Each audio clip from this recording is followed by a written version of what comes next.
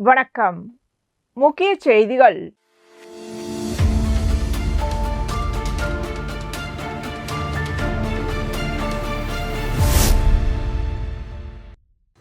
புதுச்சேரி பாரதிய ஜனதா கட்சியின் சார்பில் பெண்களுக்கான 33% இடஒதுக்கீடு மசோதாவை பாராளுமன்றத்தில் எதிர்த்த திமுக, காங்கிரஸ் மற்றும் இந்தியா கூட்டணியை கண்டித்து மாபெரும் பேரணி நடைபெற்றது. இந்த பேரணி சுதேசி மில் பகுதியிலிருந்து தொடங்கி பழைய பேருந்து நிலையம் வரை நடைபெற்றது. மாநில தலைவர் வி. ராமலிங்கம் தலைமை தாங்கினார். அமைச்சர் நமச்சிவாயம் மற்றும் சட்டப்பேரவைத் தலைவர் ஏம்பலம் செல்வம் ஆகியோர் கலந்து கொண்டு மாநில மகளிர் அணி தலைவி தாமரை செல்வி, மகளிர் அணி பொறுப்பாளர் ஜெயந்தி, மாநில துணைத் தலைவி ஜெயலட்சுமி மற்றும் ஆடலரசன் ஆகியோர் முன்னிலை வகித்தனர். மேலும் மாநில பொதுச் செயலாளர்கள் மோகன், குமார், லட்சுமி நாராயணன், சட்டமன்ற உறுப்பினர் செல்வம், தீபாய்ந்தான், முன்னாள் சட்டமன்ற உறுப்பினர்கள் அசோக் பாபு, தங்க விக்ரமன், மாநில துணைத் தலைவர்கள் பாஸ்கர், அமாவாசை, பழனி, மாநில பொருளாளர் ராஜகணபதி உள்ளிட்டோர் கலந்து கொண்டனர். மேலும் அணித் தலைவர்கள் பாரதி மோகன், கோவேந்தன், வில்லியனூர் மாவட்ட பொறுப்பாளர் வெற்றிசெல்வம், மாவட்ட தலைவர்கள் உலகநாதன், கிருஷ்ணராஜ், அனிதா, சுகுமார், முருகதாஸ், ஊடகத்துறை தலைவர் நாகேஸ்வரன், சமூக ஊடக தலைவர் கார்த்திகேயன், பிரிவு இணை பொறுப்பாளர் வேல்முருகன், மகளிர் அணி பொதுச் செயலாளர் விஜயலட்சுமி, பிரியா மற்றும் தொகுதி தலைவர்கள் கலந்து கொண்டனர். இந்த பேரணியில் 5000க்கும் மேற்பட்ட பெண்கள் பங்கேற்று எதிர்க்கட்சிகளை கண்டித்து கோஷங்கள் எழுப்பினர்.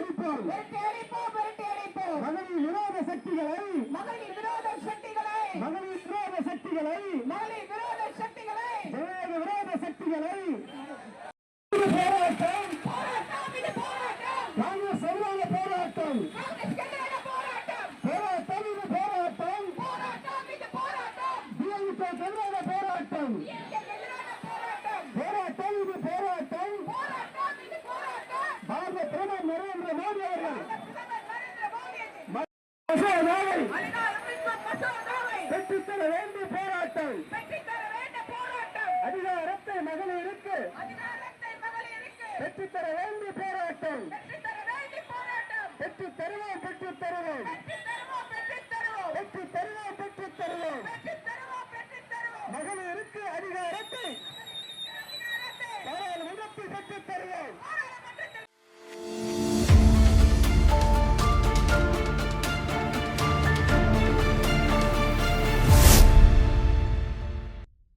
புதுவைக்கு இண்டிகோ நிறுவனம் கூடுதல் விமான சேவையை வரும் மே 1 முதல் அறிமுகப்படுத்த உள்ளது.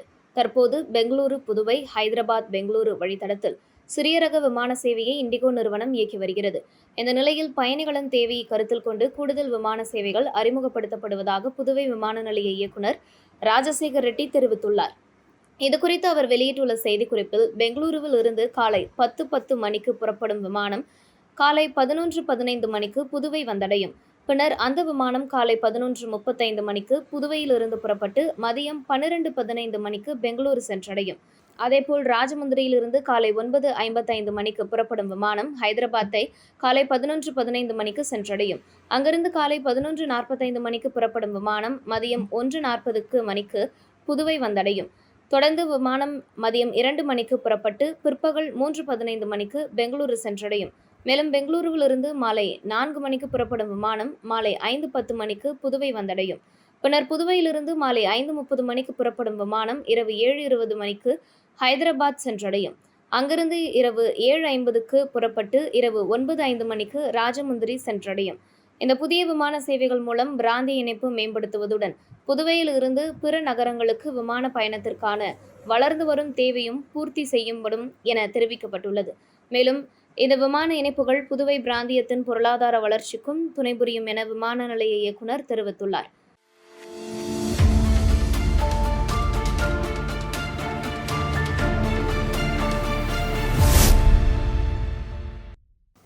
புதுச்சேரியில் பள்ளி மாணவர்களுக்கான கோடைக்கால பயிற்சி வகுப்புகள் வரும் மே 2 தொடங்குகின்றன.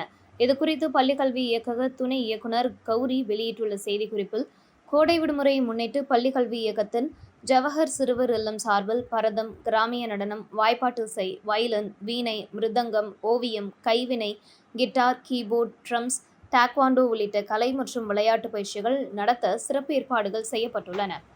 மேலும் கேரம், செஸ், இறகுப்பந்து மற்றும் டேபிள் டென்னிஸ் போன்ற விளையாட்டுகளுக்கும் பயிற்சி அளிக்கப்படுகிறது. இந்த பயிற்சி வகுப்புகள் மே 2ஆம் தேதி தொடங்கி மே 31ஆம் தேதி வரை நடைபெறுகிறது. இதில் 6 வயது முதல் 16 வயது வரை உள்ள பள்ளி மாணவ மாணவிகள் கலந்து கொள்ளலாம். பயிற்சி வகுப்புகள் தினமும் காலை 9 மணி முதல் பிற்பகல் 12 மணி வரை நடைபெறும். ஞாயிற்றுக்கிழமைகள் மற்றும் அரசு விடுமுறை நாட்களில் வகுப்புகள் நடைபெறாது. புதுச்சேரி ஜவஹர் சிறுவர் இல்லம், லாஸ்பேட்டை கோலக்கார அரங்கசாமி நாயக்கர் அரசு நடுநிலைப்பள்ளி, காலாப்பட்டு அரசு பெண்கள் மேல்நிலைப்பள்ளி, கதிர்காமம் அரசு பெண்கள் மேல்நிலைப்பள்ளி, வில்லியனூர் அரசு பெண்கள் நடுநிலைப்பள்ளி, திருவண்டார்கோவில் அரசு பெண்கள் மேல்நிலைப்பள்ளி, பாகூர் அரசு நடுநிலைப்பள்ளி, கரியமாணிக்கம் அரசு நடுநிலைப்பள்ளி மற்றும் நோனாங்குப்பம் அரசு மேல்நிலைப்பள்ளிகளில் இந்த பயிற்சிகள் நடைபெறுகின்றன. இதற்கான விண்ணப்பங்கள் வரும் 27ஆம் தேதி முதல் சம்பந்தப்பட்ட மையங்களில் வழங்கப்படுகின்றன. பூர்த்தி செய்யப்பட்ட விண்ணப்பத்துடன் பள்ளி சான்றிதழ் அல்லது 2025-26ஆம் ஆண்டிற்கான பள்ளி அடையாள அட்டை மற்றும் ஆதார் அட்டை நகலை இணைத்து சமர்ப்பிக்க வேண்டும். மேலும் விவரங்களுக்கு 0432225751 மற்றும் 9443451229 ஆகிய தொலைபேசி எண்களில் தொடர்பு கொள்ளலாம்.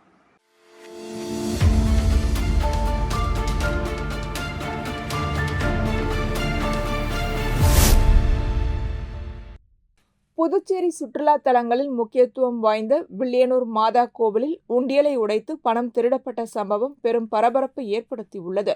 கடந்த 24ஆம் தேதி காலை வழக்கம்போல் ஆலயத்தின் வழிபாட்டு தலங்கள் திறக்கப்பட்ட போது ஆலயத்தில் இருந்த உண்டியல் உடைக்கப்பட்டிருந்ததை கண்டு ஊழியர்கள் அதிர்ச்சியடைந்தனர். இதுகுறித்து பங்கு தந்தை ஆல்பர்ட்டிற்கு தகவல் தெரிவிக்கப்பட்டது. பின்னர் வில்லியனூர் காவல் நிலையத்தில் ஆலய உண்டியலை உடைத்து பணம் கொள்ளையடிக்கப்பட்டுள்ளதாக பங்கு தந்தை ஆல்பர்ட் புகார் அளித்தார். அதன் பேரில் வில்லியனூர் காவல்துறையினர் சம்பவ இடத்திற்கு வந்து விசாரணை மேற்கொண்டனர். அப்பகுதியில் பொருத்தப்பட்டிருந்த சிசிடிவி கேமராக்களை ஆய்வு செய்தபோது கடந்த 23ஆம் தேதி நள்ளிரவில் மர்ம நபர் ஒருவர் ஆலய கதவை உடைத்து உள்ளே நுழைந்து உண்டியலை உடைத்திருப்பது தெரிய வந்தது.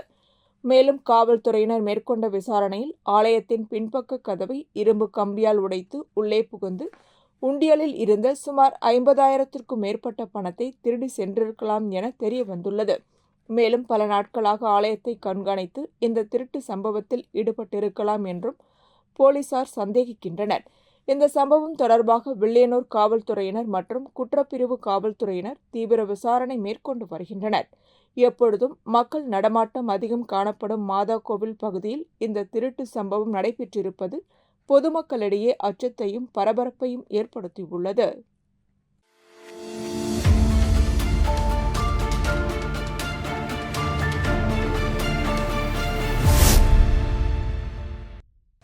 புதுவை சட்டசபையில் முதலமைச்சர், அமைச்சர்கள், சபாநாயகர், எதிர்க்கட்சித் தலைவர், துணை சபாநாயகர் மற்றும் சட்டமன்ற உறுப்பினர்களுக்கென தனித்தனி அலுவலகங்கள் செயல்பட்டு வருகின்றன.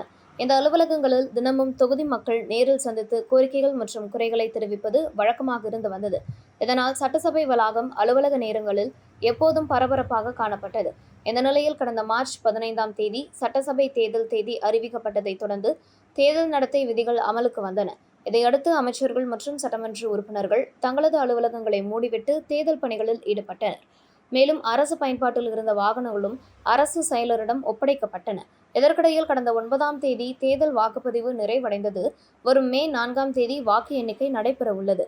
வாக்கு எண்ணிக்கைக்கு இன்னும் சில நாட்களே உள்ள நிலையில் தற்போதைய அமைச்சர்கள் மற்றும் சட்டமன்ற உறுப்பினர்கள் தங்களது அலுவலகங்களை காலி செய்யும் பணியில் ஈடுபட்டு வருகின்றனர். அலுவலகங்களில் பயன்படுத்தப்பட்ட பொருட்கள், கோப்புகள் மற்றும் ஆவணங்கள் வேன்கள் மூலம் எடுத்து செல்லப்பட்டு வருகின்றன. தேர்தல் முடிவுகள் வெளியான பிறகு புதிய அமைச்சர்கள் மற்றும் சட்டமன்ற உறுப்பினர்களுக்கு அலுவலகங்கள் ஒதுக்கப்படும் என்பதால் தற்போதைய அலுவலகங்கள் காலி செய்யப்படுவதாக தகவல்கள் தெரிவிக்கின்றன.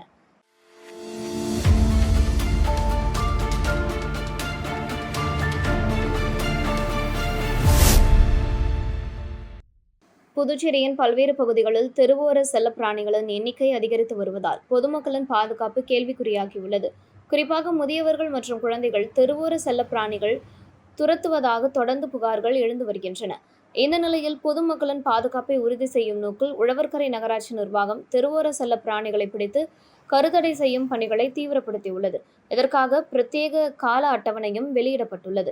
ஏற்கனவே லாஸ்பேட்டை பகுதியில் முதற்கட்ட பணிகள் வெற்றிகரமாக நிறைவுற்ற நிலையில் தற்போது இந்திராநகர் தொகுதியில் தெருவோர செல்ல பிராணிகளை பிடித்து கருத்தடை செய்யும் பணி முழுவீச்சில் நடைபெற்று வருகிறது.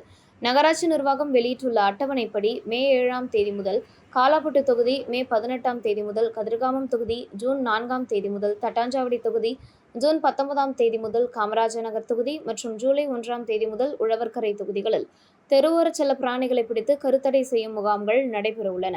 இதுகுறித்து நகராட்சி சுகாதார ஆய்வாளர்கள் கூறுகையில், விலங்குகள் நல வாரியத்தின் வழிகாட்டுதலின்படி தெருவோர செல்ல பிராணிகள் பிடிக்கப்பட்டு அறுவை சிகிச்சை மற்றும் தடுப்பூசி செலுத்தப்பட்ட பிறகு அவை பிடிக்கப்பட்ட அதே இடத்திலேயே மீண்டும் விடப்படும் என தெரிவித்தனர்.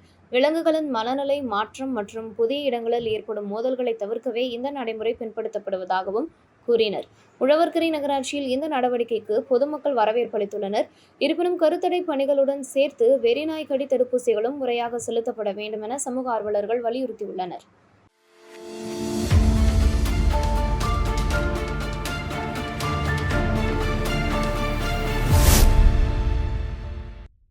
புதுச்சேரி முதுநிலை காவல் கண்காணிப்பாளர் கலைவாணன் உத்தரவின் பேரில் வடக்கு காவல் கண்காணிப்பாளர் வம்சிதா ரெட்டி மேற்பார்வையிலும் காவல்துறையினர் தீவிர கண்காணிப்பில் ஈடுபட்டு வருகின்றனர். இந்நிலையில் டி நகர் காவல்நிலைய ஆய்வாளர் ராஜன் மற்றும் வடக்கு குற்றப்பிரிவு காவல்துறையினர் ரோந்து பணியில் ஈடுபட்டிருந்தனர். அப்பொழுது திருப்பூர் குமரன் வீதியில் உள்ள ஒரு குடோனை அவசரமாக பூட்ட முயன்ற நபரை சந்தேகத்தின் பேரில் காவல்துறையினர் பிடித்து விசாரணை நடத்தினர். விசாரணையில் அவர் கோசாப்பாளையத்தை சேர்ந்த மாரிமுத்து என்பது தெரியவந்தது. மேலும் பள்ளி மற்றும் கல்லூரி மாணவர்கள், தொழிலாளர்களை குறிவைத்து அரசு தடை செய்த புகையிலை பொருட்களை விற்பனை செய்து வந்தது தெரியவந்தது. இதனையடுத்து அவரது குடோனில் காவல்துறையினர் நடத்திய சோதனையில் கூல்லிப், ஹான்ஸ், பான் மசாலா உள்ளிட்ட தடை செய்யப்பட்ட புகையிலை பொருட்கள் பறிமுதல் செய்யப்பட்டன. இவற்றின் மொத்த மதிப்பு ரூபாய் 1.50 லட்சம் என காவல்துறையினர் தெரிவித்தனர்.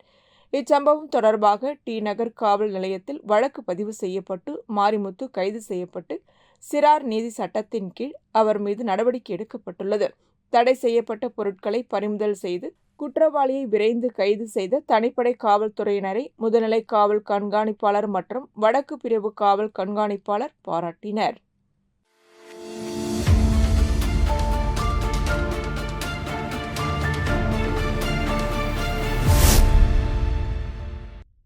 மதகடிப்பட்டு கிராமத்தில் தாத்தா ரெட்டமலை சீனிவாசன் கபடி களம் சார்பில் முதலாம் ஆண்டு மாநில அளவிலான கபடி போட்டி நடைபெற்றது. தமிழகம் மற்றும் புதுச்சேரி மாநிலங்களை சேர்ந்த பல்வேறு அணிகள் கலந்து கொண்டு போட்டியில் திறமையை வெளிப்படுத்தினர். இப்போட்டியை ஐயனார் கலந்து கொண்டு தொடங்கி வைத்தார். போட்டியில் வெற்றி பெற்ற அணிகளுக்கு பல்வேறு பிரமுகர்கள் சார்பில் பரிசுத் தொகைகள் அறிவிக்கப்பட்டன. முதல் பரிசாக ரூபாய் 20,000 சட்டமன்ற உறுப்பினர் அங்காளன் வழங்கினார். இரண்டாம் பரிசாக ரூபாய் 15,000 புதுச்சேரி மாநில பொதுச் செயலாளர் SC/ST அமைப்பை சேர்ந்த விண்ணரசன் வழங்கினார். மூன்றாம் பரிசான ரூபாய் 10,000 ஓய்வு பெற்ற தாசில்தாரும் சமூக சேவகருமான ஐயனார் வழங்கினார். நான்காம் பரிசாக ரூபாய் 8,000 பாலமுருகன் மற்றும் கார்த்திகேயன் ஆகியோர் வழங்கினர். ஐந்தாம் பரிசான ரூபாய் 6,000 புதுவை காவல்துறையை சேர்ந்த பிரபாகரன் வழங்கினார். ஆறாம் பரிசான ரூபாய் 4,000 TVS சுந்தரம் பிரைவேட் லிமிடெட் நிறுவனத்தை சேர்ந்த கலியபெருமாள் வழங்கினார். இப்போட்டியில் விளையாட்டு வீரர்கள் மற்றும் பொதுமக்கள் கலந்து கொண்டு போட்டியை கண்டுகளித்தனர்.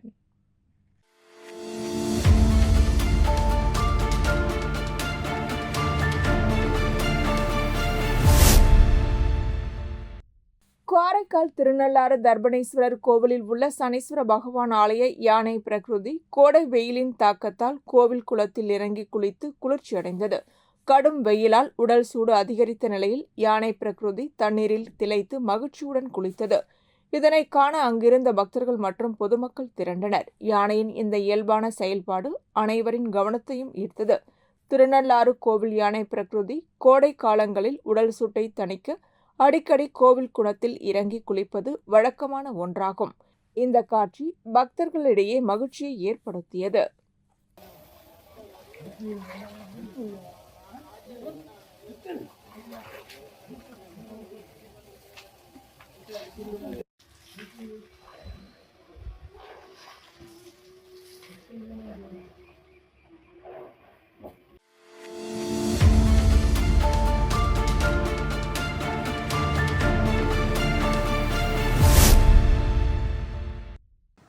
புதுச்சேரியை சேர்ந்த சமூக சேவகர் ஆதவனுக்கு 13வது முறையாக தேசிய ஒருமைப்பாட்டு விருது வழங்கப்பட உள்ளது.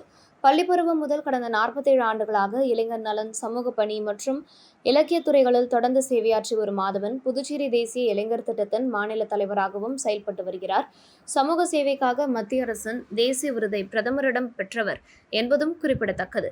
இந்நிலையில் அவரது சமூக பணி, இளைஞர் நலன் மற்றும் நாட்டுப்பற்றை பாராட்டும் வகையில் 13வது முறையாக தேசிய ஒருமைப்பாட்டு விருது வழங்கப்பட உள்ளது.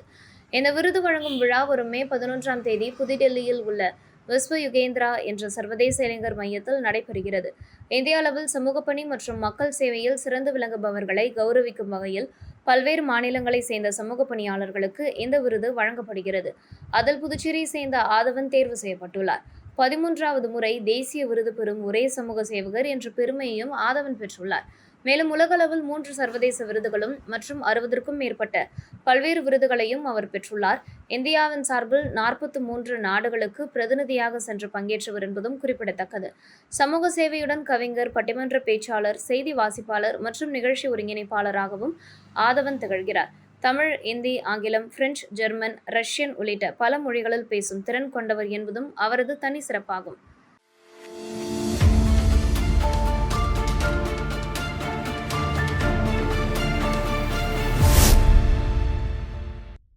புதுச்சேரி சார மார்க்கெட் லெனின் வீதி சந்திப்பில் வேதபுரி வள்ளலார் சன்மார்க்க சங்கம் சார்பில் சித்திரை மாத பூச நட்சத்திரத்தை முன்னிட்டு அன்னதான நிகழ்ச்சி நடைபெற்றது. நிகழ்ச்சியில் அருட்பெரும் ஜோதி, தனிப்பெரும் கருணை, அருட்பெரும் ஜோதி என்ற மகா மந்திரம் முழங்கப்பட்டு பொதுமக்களுக்கு அன்னதானம் வழங்கப்பட்டது. சங்க தலைவர் டாக்டர் வள்ளலார் கணேஷ் மற்றும் செயலாளர் கந்தசாமி ஆகியோர் அன்னதான பிரசாதத்தை வழங்கினர். தொடர்ந்து பேசிய டாக்டர் வள்ளலார் கணேஷ், சித்திரை மாத பூச நட்சத்திரத்தை முன்னிட்டு தொடர்ந்து நடைபெற்று வரும் அன்னதான நிகழ்ச்சியில் பொதுமக்கள் கலந்து கொண்டு அருட்பெரும் ஜோதி ஆண்டவரின் அருளை பெற வேண்டும் என கேட்டுக்கொண்டார். நிகழ்ச்சியில் சங்க பொறுப்பாளர்கள் அன்பழகன், புருஷோத்தமன், சக்கரவர்த்தி, கனகராஜ், ராஜேஷ், விஜயராஜ், பாலாஜி, முனுசாமி, ராஜா, சேகர், கோவிந்தன், சரவணன் மற்றும் பொதுமக்கள் கலந்து கொண்டனர். அன்னதான உபயத்தை அரியாங்குப்பம் தொகுதி சமூக சேவகர் ரவி பாண்டுரங்கன் குடும்பத்தினர் சார்பில் ஏற்பாடு செய்யப்பட்டிருந்தது.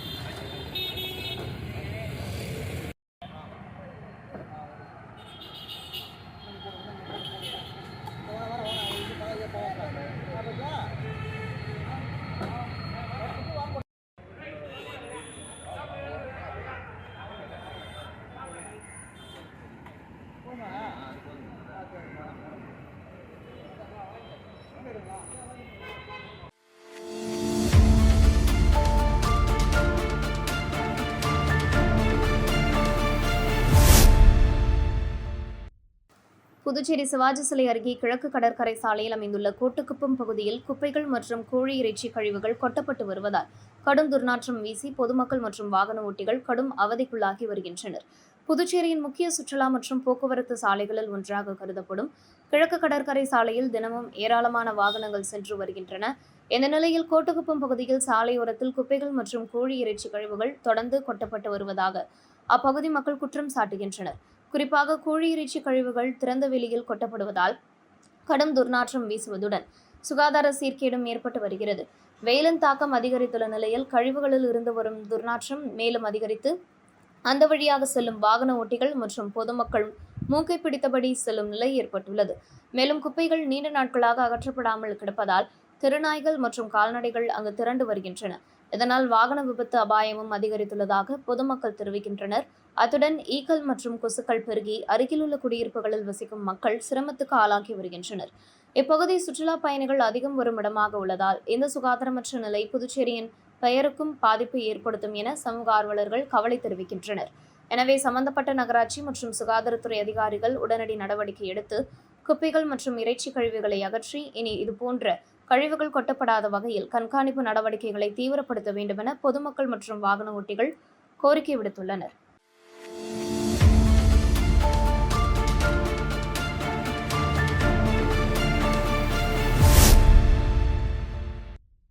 திண்டிவனம் வட்டம் தீவனூரில் உள்ள ஸ்ரீ சுயம்பு பொய்யாமொழி விநாயகர் ஆலய பிரம்மோற்சவ விழாவின் 4ஆம் நாள் நிகழ்ச்சி நடைபெற்றது. இதனையொட்டி உற்சவர் ஸ்ரீ பொய்யாமொழி விநாயகருக்கு மகா தீபாராதனை, நட்சத்திர தீபம், கும்ப தீபம் மற்றும் சோடச உபச்சார பூஜைகள் நடைபெற்றன. தொடர்ந்து பஞ்சமுக தீபாராதனை மற்றும் கற்பூர ஆரத்தி ஆகியவை காண்பிக்கப்பட்டது. பின்னர் வண்ண விளக்குகளால் அலங்கரிக்கப்பட்ட அன்னவாகனத்தில் உற்சவர் ஸ்ரீ பொய்யாமொழி விநாயகர் கோவில் உட்பிரகாரம் மற்றும் வீதிகளில் உலா வந்து பக்தர்களுக்கு அருள் பாலித்தார். இந்நிகழ்ச்சியில் பக்தர்கள் கலந்து கொண்டு சுவாமி தரிசனம் செய்தனர்.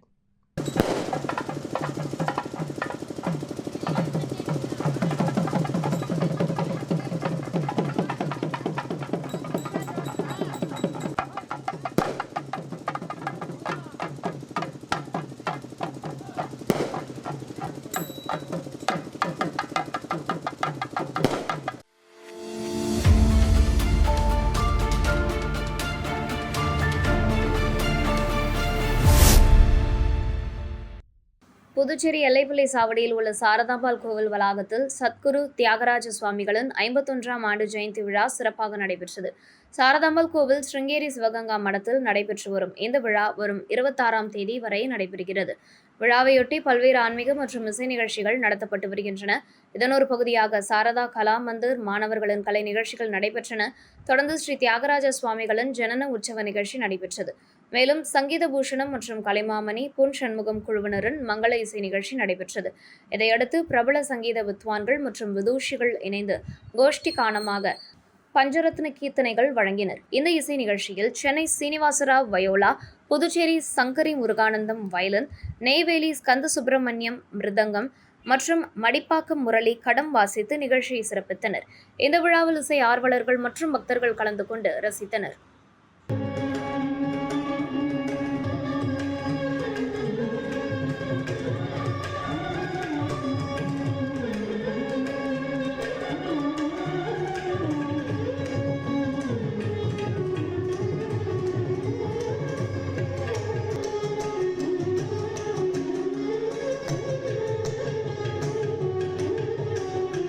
இத்துடன் செய்திகள் நிறைவடைகின்றன.